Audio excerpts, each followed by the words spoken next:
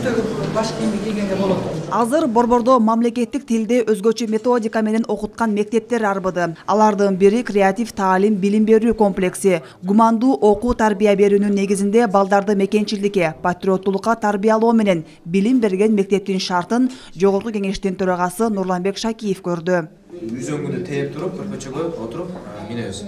Билим берүүгө салынган инвестиция бир жагынан коомго, өлкөнүн өнүгүүсүнө пайда алып келсе, экинчи жагынан мектеп бул туруктуу жана перспективдүү бизнес. Төрага кыргыз тилдүү мектептер мамлекеттик тил жөнүндө мыйзамдын ишке ашуусуна чоң өбөлгө түзөөрүн билдирип, билим берүү комплексине интерактивдүү доска, компьютер жана 200 000 сом тапшырды.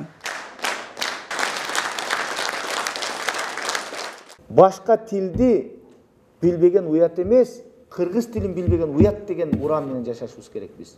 Мына ушул жерде эң башкы силердин өзгөчөлүгүңүздөр ушул бардыгы мамлекеттик тилде, кыргыз тилинде болуп атат. Негизи тил маселесине келгенде мен каршы эмесмин, колдойм. Канча тил билсең, ошончо кишисиң дейт. Бирок кыргыз тилин билбей туруп, сүйлөбөй туруп, Кыргызстанда жашап туруп, анан башка тилде сүйлөгөн бул болбойт. Билим берүү комплексинин негизги миссиясы мамлекеттик тилде терең ой жүгүртүп сүйлөй алган, улут маданиятынын көрөңгүсүнө сугарылган мыкты жаштарды тарбиялап чыгаруу. Ошондуктан мектеп программасында кыргыздын улуттук аспабы комуз жана эс тутумду жакшырткан шахмат жумасына 2 жолу кадимки сабак катары киргизилген. Заманбап технологияларды колдонуп сабактын ар түрдүү формасын өтүп келебиз.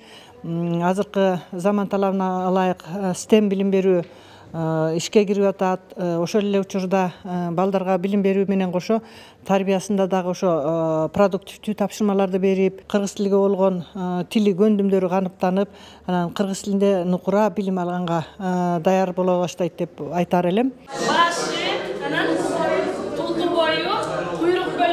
Мектеп бул уникалдуу чеберкана. Анда келечек муундардын ар түрдүү идеялары, көз караштары калыптырат. Андыктан билим менен тарбия берүүнүн багытын туура нукта алып баруу өтө маанилүү.